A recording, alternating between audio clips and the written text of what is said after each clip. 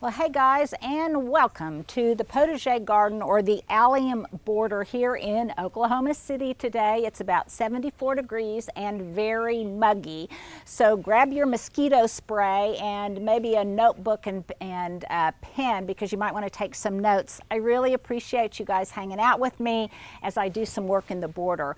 When I was first starting to garden, I used to visit other gardeners, and I thought, gosh, I would really like to just be a little bird on their shoulder and follow them around. So when they said they were weeding, or they were pruning, or they were clipping, or they were planting, I could see exactly what that meant, how they did it, what their technique was, how drastic they were in their measures, whatever they were doing.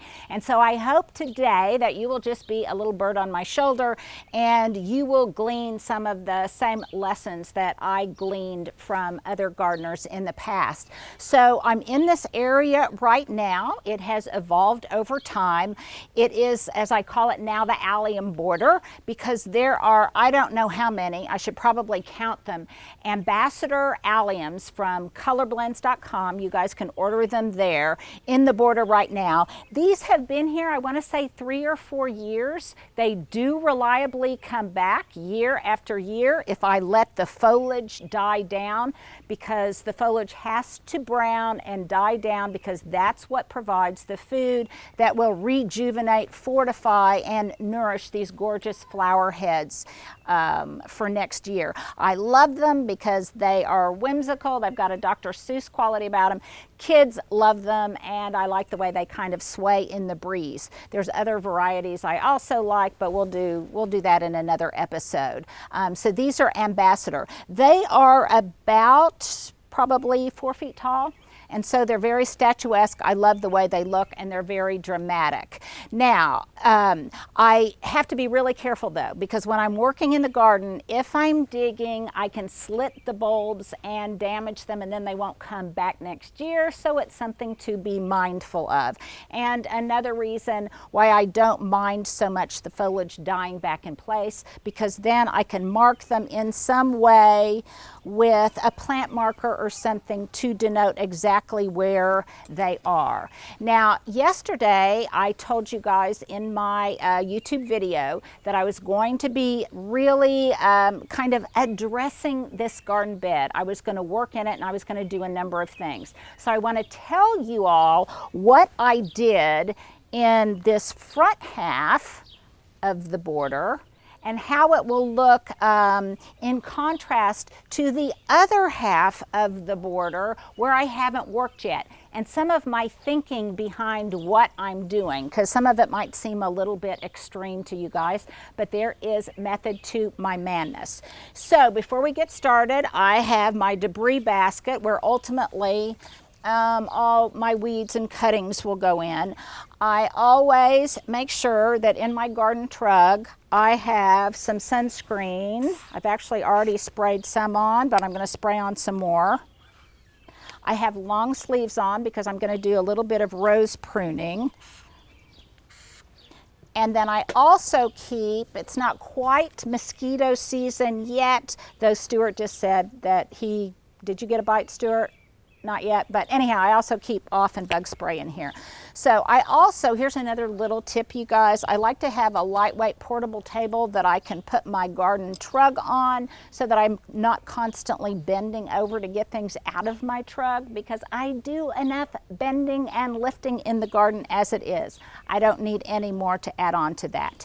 So basically, what I want to describe is a little bit about the evolution of this garden bed. So when I first planted it, probably 29 years ago, I had nothing in here but really gorgeous blooming things. I had a whole bank of New Dawn roses all along the back fence. They were gorgeous, but they were also very, very thorny.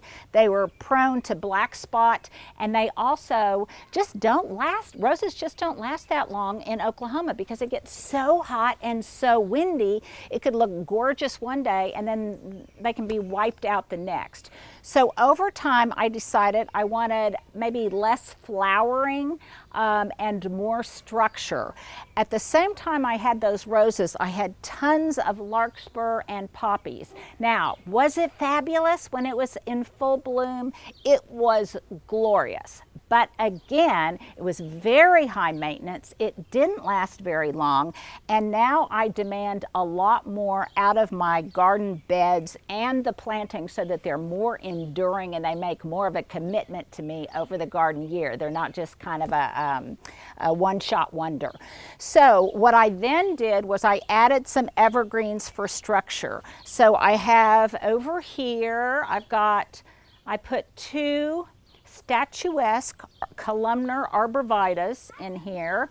I think I can't remember, are they degroots? I'll check on the exact variety for you later. But I love the way they punctuate the interior of the bed, and they look great all year round. I can light them at Christmas so that my husband sees them from his studio office, and they just provide more structure. Again, they look great all year round, and they provide a wonderful vertical garden element.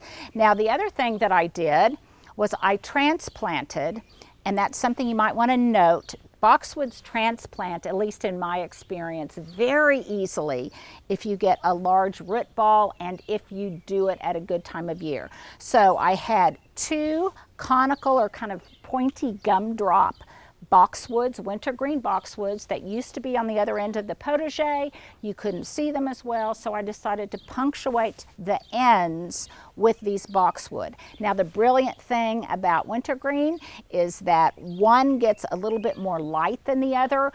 One gets a little more heat intensity than the other, but nevertheless they grow pretty symmetrically. So that kind of informed my plant choice.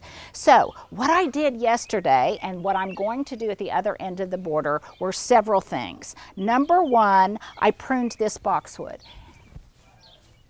I was checking to make sure that wasn't a snail on my boxwood foliage. So I pruned it yesterday, I cleaned up the clippings, and then I did something else.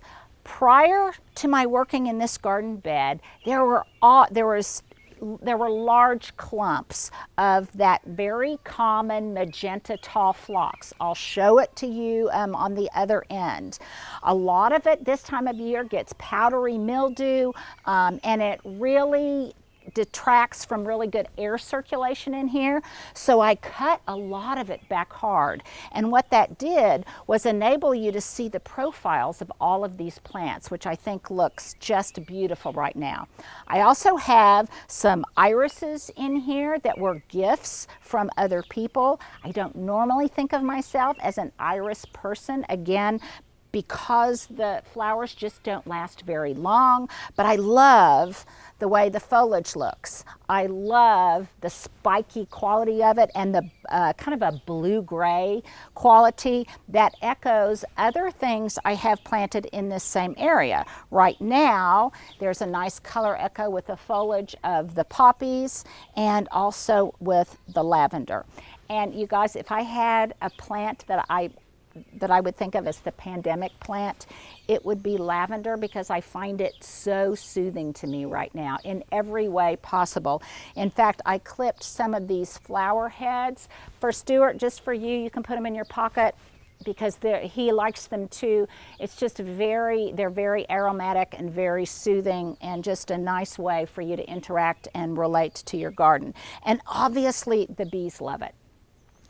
In the foreground, I have a bunch of sedum autumn joy. I've got some pure joy sedum also, and I've got some gorgeous Chef's Choice rosemary that is in 3 clumps that run up and down the border. Let me see, what else did I do yesterday? This here, you guys know if you've followed me for any length of time, is I really like to limb up different kinds of shrubs. It's what I did to that glorious viburnum, Chinese snowball viburnum. I do it with other plants, and I did it with this vitex here, which will bloom kind of this bluish purple a little bit late in the season, in the summer. So when this stuff fades, I promise there's other stuff that are going to come into their own season and be beautiful and take up the space where the other things have died back and had their season. I've got some lilies in here, and then instead of densely planted poppies and larkspur, I have a few specimens of larkspur that go to seed every year and come back, and some gorgeous poppies that are getting ready to bloom. I love the poppies because they're gorgeous when they're in bloom, and also the seed heads are really magnificent. So basically that's what I did in this section. I did a little bit of clipping. If one thing was being too thuggish on the other thing, I kind of trained it, I clipped it back. Don't let your plants boss you. So I didn't let them boss me, and I kind of clipped them back. The other thing that I did earlier in the season is on either end, I had these two great sunshine ligustrum. Last year, it was a really bad year for pests and insects, and I think, you guys, it's going to be another year like that because we had a mild winter and we got lots of rain. So what I did was I just cut them back really hard, practically all the way to the ground, and you can see that gorgeous chartreuse foliage that's starting to erupt again. I promise by the end of the season I will be cutting back their vigorous growth pretty dramatically, and they will get, oh, I don't know how tall, kind of depends on how tall I let them grow. So that's what I did in this section. And so you guys will have a reference. This is on the west end. It faces south, so it gets brutal sun. So this is the west end of the Allium Border. I moved a few pots in and out. This gorgeous lavender you see here was in the greenhouse over the winter. I brought it back out. I love the textural quality of this pot. Another reason I like to use lots of plants in pots is because when there's a void in the garden, when something has finished, I can just plop a plant in a container into that void without actually planting it in the ground. The other advantage to that, it gives me lots of interesting layers, which I think it's one of the things people find most appealing, is because there's a certain quality of layering and dimension that it adds to the garden. So that's basically what I have done here. The soil in this bed is not great. Whenever I plant something, I amend that planting hole. And so that's basically just what I did and what I'm going to do at the other end. So if you guys are still with me and you want to know exactly what I did, then make sure you follow me down this way. If you've got any friends that are just starting to garden and they want to know what to do, make sure to tell them to hop to my YouTube, because I'm going to do lots of instructional tips in this next video. So let's hop down this way. Well, this end of the border is already done, so now come along with me as I start working on this end of the border. One thing that I'm doing right now is cleaning up the foliage on these allium. We had a terrible hailstorm the other day, and the allium leaves really took a hit, and that's kind of a tip, you guys. If you've got any kind of bold-leaved, thick-leaved foliage, it is very susceptible to damage during a hailstorm. So think of your hostas, and obviously think of the foliage of these allium. So even though I have to leave the foliage on there to die back, I am going to clip it up, tidy it up a little bit, because I just don't like seeing a lot of that brown in my garden right now. So basically I'm just taking my scissors and I'm just snipping off the brownest part on the ends. That way the totality of the border will look nice. Uh-oh, excuse me, bees. I'm definitely disrupting the bees in their habitat. Something else that I'm going to do, I have a pot in here of chrysanthemums, and I'm going to start cutting them in half, you guys. And why I'm doing that is because if I don't, they'll go ahead and bloom, and I don't think of chrysanthemums as a summer flower. I really want to save that drama for fall. So I'm going to cut them back now. They will flush out, get very thick, very dense. It will encourage more flowering, and so immediately they'll heal themselves. But I'm going to continue to do this until about the 4th of July. I'm just going to keep clipping them back. The other thing that will do is keep them from getting too tall and too lanky, and again obstructing air circulation in here, because I really want to make sure that even though this is a densely planted border, I have really good air circulation in here. Because why? Because it will help prevent powdery mildew, disease, black spot, infestations of bugs, any kind of fungal problems. So air circulation is crucial, you guys. In the back, you cannot see it, but by the end of summer, it will be all the way to the top of the fence, and exploding out here into the mid-border is a brown turkey fig. It dies back pretty much every year, and then it comes back and is absolutely glorious at the end of the summer. Sadly, there's typically not enough time for the figs to mature, but I guess I just don't care, because the foliage is so fabulous and I can use it in entertaining and in all sorts of different ways. I can cut the foliage just to bring inside, but I will, of course, show that to you as it continues to mature. I've also plucked in place a Rosemary Topiary that overwintered in the greenhouse. It gives kind of a statuesque quality in there. In the back, I've got a lantern hung, and then you guys can see black spot and all. There's just a hint of a rose back in here. Now that actually, I took out the New Dawn roses. I think I told you that, but this was a sucker that came up. It was the New Dawns were growing on rootstock, and this is just that rootstock coming into bloom. I've left it there just for a little while because I like that touch of pink, but I will cut it all the way back a little bit later. But right now, sometimes short-term things like that are kind of fun. In this pot here, it is a faux terracotta pot. It stays outside all year long. I have a Titan Totem Tutor. That's hard to say, but I got these from Gardener's Supply. Right now, I've got nasturtiums in here that I started from seed, another chef's rosemary. There's a little bit of larkspur that went to seed in here. But what I'm going to do to make sure that this pot looks good year-round and into summer is I'm thinking about what to plant here. I might plant some tall zinnias. I might plant some small, maybe baby boo pumpkins or something, maybe some tiny little squashes. Not a lot, just a few to climb up here and give it kind of a really good summery vibe, because the nasturtiums, once they start to bloom, will be beautiful for a while, but then they will flag and I'll have to cut them back. So I need to plan ahead. Sadly, nothing ever lasts as long as we would like it to in the garden. Now, the foliage on the allium is pretty dense. It goes all the way back, and I will continue to work on it a little bit.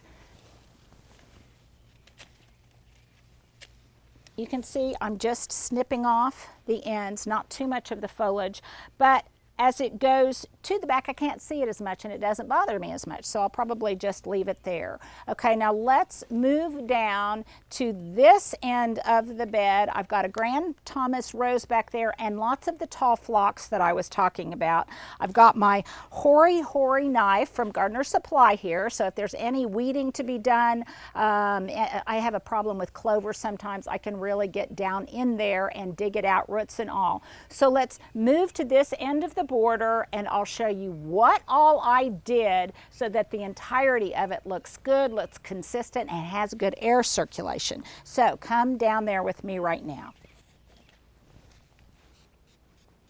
Well, okay, you guys, I have my favorite Barnell pruning shears. These have absolutely transformed my life. You guys ask about them all the time. You can find them in my Amazon shop under Garden. They're absolutely wonderful. I love them because they're lightweight. They have pointy tips. I talk about them all the time because you guys are always asking about them. They really have transformed my gardening life. Now, here is a tip. I keep a tiny little spray bottle of rubbing alcohol in my garden truck so that in between cuts on my boxwood, I also use them on my rose pruners, I can spray in between cuts. That means that I'm not spreading disease or insects from one area of the garden to the other. I used to keep a canister of those disinfectant wipes in my garden truck, but now during the pandemic, those can be kind of hard to come by. The reason I like this a little bit better also, first of all, they take up less room in my garden truck, but also there's less waste. I don't have the big plastic canister and I don't have the residual wipe waste. So this is a great tip, and I just keep it refilled, but I always have it in my garden truck.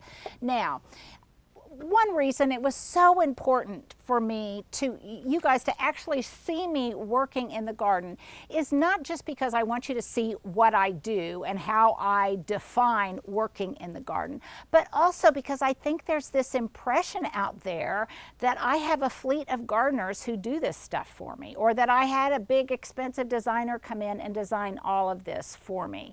None of that is true. I do probably 90% of the work myself in the garden. I designed it pretty much also about 90%. And when I started out, I knew absolutely nothing. And it took me a long time. I've gardened here for 30 years. It took me a long time to learn all of these kinds of things, and it was a pretty steep learning curve. So I am trying to flatten the curve for you guys. And that way I can kind of help you get up to speed much more quickly on some gardening tips and tricks that can help you create the garden of your dreams much more quickly than I was able to. And so I want to show you that I really do the work myself, you guys. So I've got my pruners. Now here is a couple of things that I want to tell you. Do what I say, don't do what I do. Number one, I have all sorts of things that are in my way. I'm constantly working in places that are way too tight, which is not only difficult for navigation, but it's also very hard on your back and on your joints. So number one, I'm going to move some of these things out of the way, and some of them will stay out of the way. These are planters and things that come and go over time. And right now, I am just going to get them out of the way so I don't trip over them. Yesterday I was working back here, I tripped over something, knocked it over, broke the pot, so you don't want those kind of casualties. So again, do as I say, don't do as I do. So I'm going to move this pineapple guava out of the way. And hopefully, you guys, it was really difficult for Stuart and I to set this up because this is right across from the potager and the boxwood hedge. And hopefully the hedge itself is not obstructing your view of what I do. So I'm getting this stuff out of the way so that I have my work area kind of cleared out and ready to go. The first thing that I'm going to tackle is this companion boxwood cone. I'm going to take this basket off. And you guys always ask me about the baskets I have hanging about, don't they rot? Yes, they do. But most of these I buy very inexpensively at Goodwill or secondhand stores or whatever. If it's a really prized specimen, then I will bring it in if the elements get bad. I wish that some of these really great baskets I have that you guys asked about all the time were weatherproof. If I ever had my own product line, I would make weatherproof baskets that looked real, but that could stand up to the elements. Okay, so this is the companion cone to the one I have on the other end. And basically, I am just going to prune it. Now, normally I tell you guys that I put some kind of tarp underneath it or something so I can easily clean up the leaves. I'm not going to worry about that right now because, again, this is kind of a tight space. And a lot of the foliage, none of it is diseased, none of it has spider mite. If it just falls into the ground cover and such underneath it, I don't mind that so much because it will just break down over time. So I'm starting at the top of my gumdrop and just working my way down. And the profile has already been established, so it's really not that difficult. Hopefully you guys can see what I'm doing. Now, the reason I love these pointy tips is because without bending, I can get pretty much to the bottom of this cone. And these sharp, pointy tips can do very precise work. Now, at the base of this, these are the things I look out for. At the base of this, I see some of this nefarious Virginia creeper. That is what is running along the top of the fence. Now, do I love the way it looks? Yes. Do I love the way it turns color in the fall? Yes. But is it overly aggressive, and would I have ever planted it there? No, it is just basically borrowed landscape from my neighbor. And how, let me digress from this boxwood for a minute. How I keep it in control is also with these pruners. And because this is very aggressive, it will come back very quickly if I clip off more than I want. And it tends to grow, which I don't like, it grows in between the planks of my wood fence. And come over here. I'll get this area later. But see how the long blade on this makes short work of that Virginia creeper. I'll move that way a little bit later.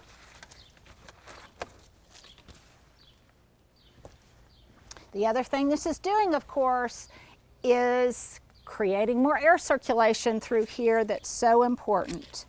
Okay, so now back to my neglected boxwood. And you see this goes pretty quickly. Now this is the first prune for this boxwood cone of this season. It had some gaps in it that I wanted to grow out before I pruned it. So if you are wanting your boxwood to put on maturity and girth and size and be a greater scale, then let them grow a bit before you do your first trim. And let me tell you, you guys, these pruners are so great and so sharp. This is one of those Phlox. I'm going to cut it off at the bottom. That it's like butter, baby. It's like cutting butter. It's immensely gratifying. And if I weren't talking to you guys, it would also be very meditative. But I appreciate you keeping me company while I'm doing this.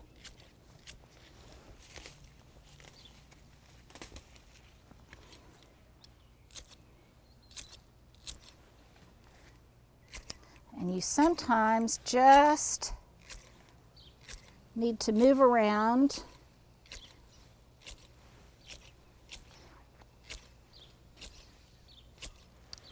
The other important reason to prune pretty frequently, you guys, is that it encourages density. And especially on the back side that doesn't get as much sun, it can get kind of thin and thin out. And so I want to make sure that I don't just prune the front, but that I prune the back as well.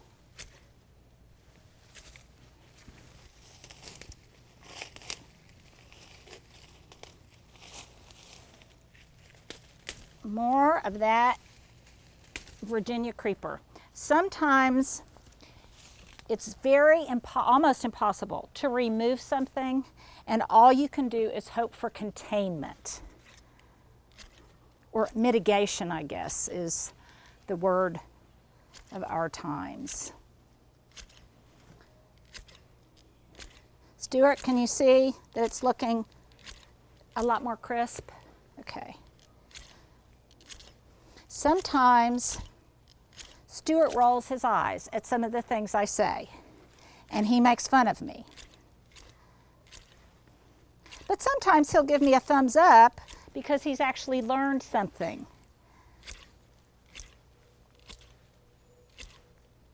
From what I've talked about. At a certain point, I'm just eyeballing this, at a certain point I will stand back to see where it's asymmetrical or what I've missed. But you see, you guys, I'm not using any kind of form.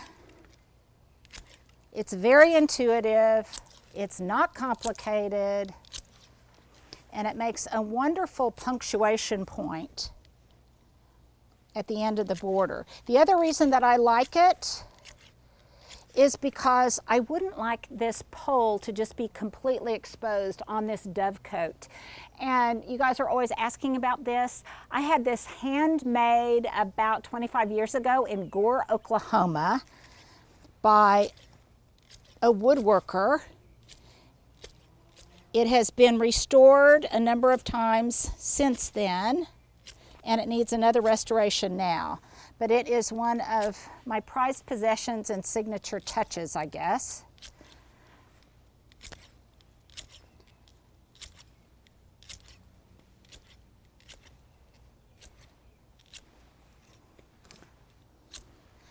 This pruning might be a good bathroom break for you guys. You go to the bathroom, you come back, and I'll still be pruning. Or maybe go get another cup of coffee.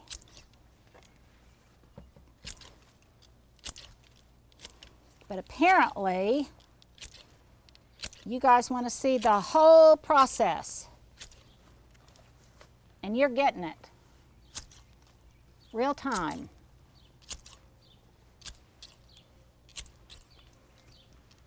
Humidity, bugs and all.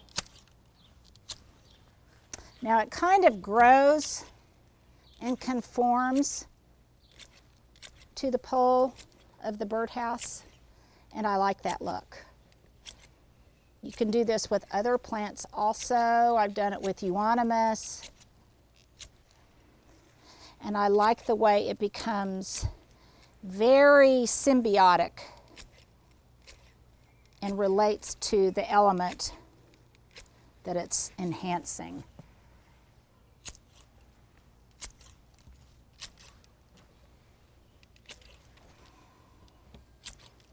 Okay, so I've got a little bit more pruning on this, but I think you guys get the idea.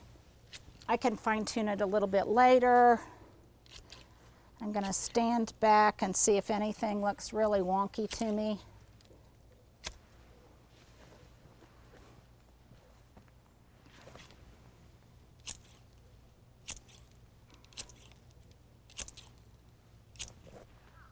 Excuse that rear end shot, you guys.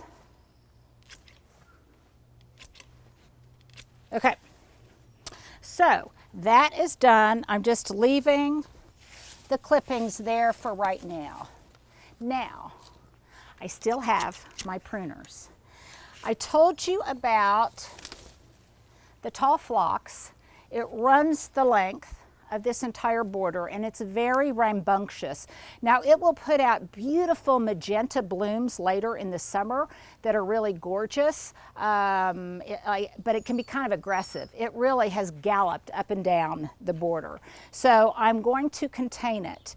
I can maybe, if you guys could see it up close, you could see that it's got powdery mildew on it, which means there's an air circulation problem. It's very prone to that. So to address that, to kind of help mitigate the problem, I'm going to cut it back very hard right now. It will do a couple of things. First of all, it will make this whole area more hygienic and healthier and prevent that powdery mildew from spreading to other things. The other thing it will do is obviously increase the air circulation, but thirdly, and perhaps most importantly to me, it will delay its bloom. I really want this to bloom a little bit later in the summer when other things aren't as profuse, as colorful, and I can delay the color until later. So I am really going to prune this hard, practically all the way down to the bottom of the fence line. Again, these pruners are beautiful for this. I don't have to bend down nearly as much. They're very sharp. And I normally wait to pick up most of my clippings and prunings until I've done the majority of my work. It also exposes things that need to be taken care of, like that loose board on the fence.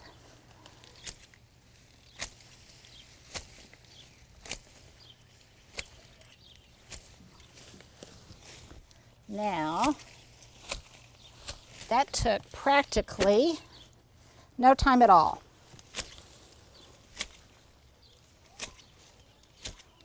And it's very cathartic, you guys.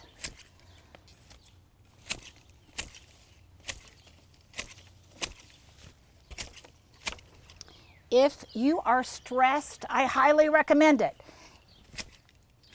If I'm mad at hubs, I can come out here and take out my aggression. Got more of this Virginia creeper over here.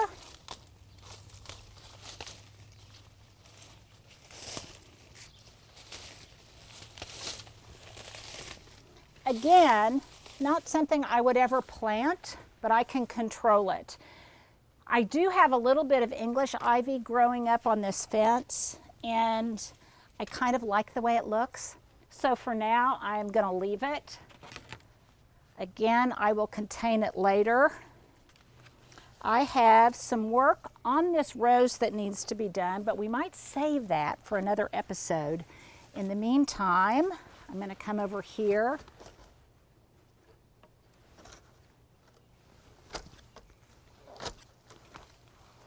and finish clipping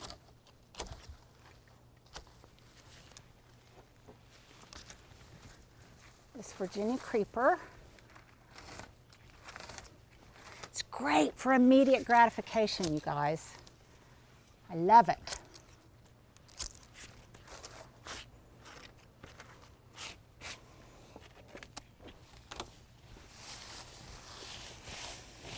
Didn't have to hire anybody to do it. I did it all on my own. So there you can see how much work I did in this area. I'm going to keep going on the roses and do a little bit more cleanup. And then when we do our garden tour room by room, I'll show you this whole area when it's garden tour ready. Well, thanks for helping me in the garden, you guys. I really appreciate it. I'm going to close with maybe just one more quick tip, another example of do what I say, not what I do. I'm getting ready to take this basket of debris to the compost pile. I couldn't find my hori-hori knife that I like to keep by my side. And of course, I had tossed it into my garden debris basket along with all of these clippings. So make sure before you dump it that you check to make sure that you haven't also included your garden gloves or a garden tool. So again, thanks for hanging out with me. Thanks for keeping me company while we did all of this. We'll show you a great, big, beautiful finished product after I do just a little more touch up. Thanks, guys.